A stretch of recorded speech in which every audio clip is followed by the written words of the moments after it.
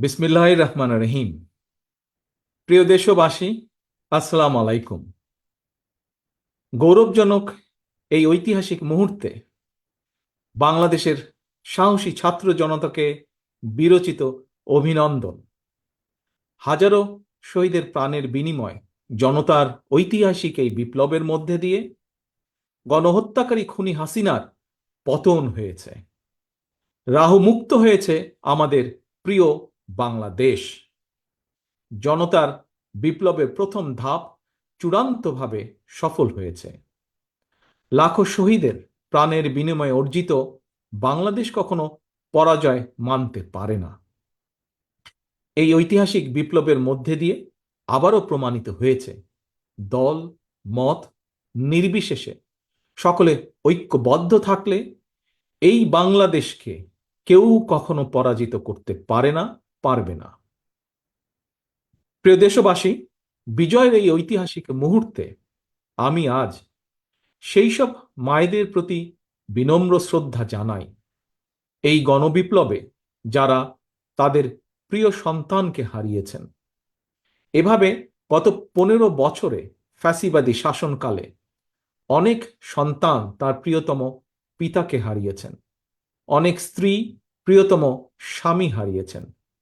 গুম খুন অপহরণ করে অসংখ্য মায়ের বুক খালি করে দেওয়া হয়েছে। আপনাদের সন্তানের শহীদ মৃত্যু, স্বজনদের ত্যাগ, তিতিক্ষায় 2024 সালের 5ই আগস্ট প্রিয় বাংলাদেশ আরেকটি বিজয় দেখেছে।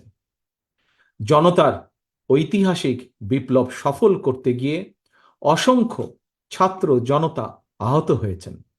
বাসায়, হাসপাতালে কিংবা ক্লিনিকে চিকিৎসাধীন যন্ত্রণাবিদ্ধ সময়ে সমস্ত ভালোবাসা নিয়ে আপনাদের পাশে আজ সারা বাংলাদেশ।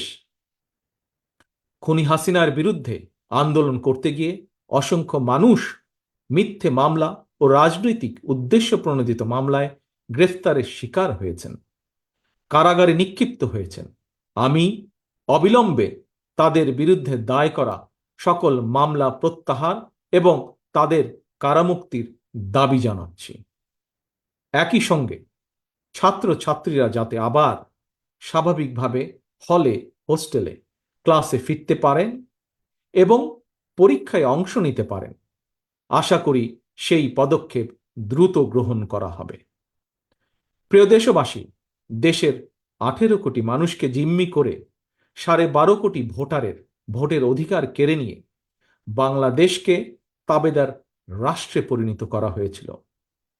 হত্যাকারী, গণহত্যাকারী খুনি হাসিনার পতনের মধ্যে দিয়ে জনগণ তাদের গণতন্ত্র, মানবাধিকার, লুণ্ঠিত ভোটের অধিকার পুনঃপ্রতিষ্ঠার পথ সুগম করেছে। এর মধ্যে দিয়ে জনগণের বিপ্লবের প্রথম ধাপ সফলভাবে সম্পন্ন হয়েছে।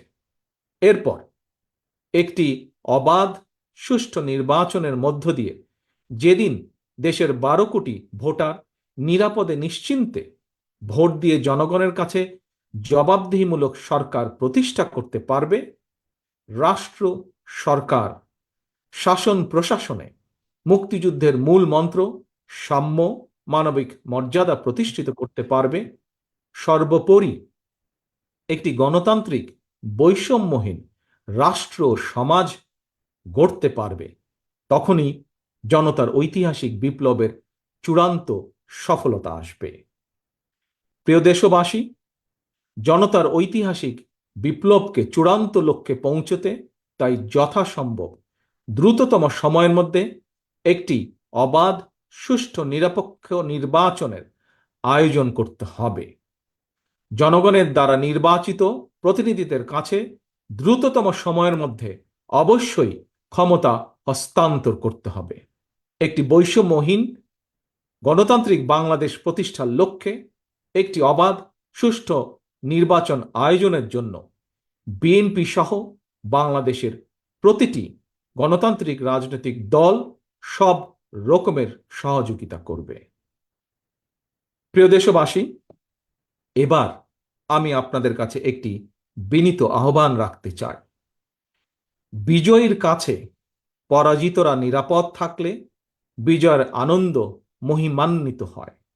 সুতরাং বিজয়ের এই আনন্দঘন সময়ে রাহুমুক্তির এই ঐতিহাসিক মুহূর্ত শান্তভাবে উদযাপন করুন।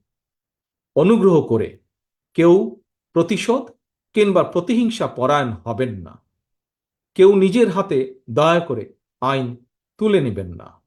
অর্জিত বিজয় যাতে লক্ষ্যচ্যুত না হয় সে ব্যাপারে জনগণকে সতর্ক দৃষ্টি রাখতে হবে।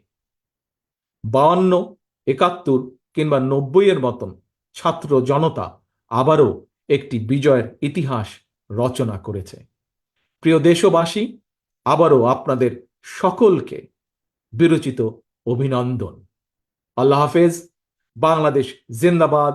বাংলাদেশ জাতীয়তাবাদী দল জিন্দাবাদ।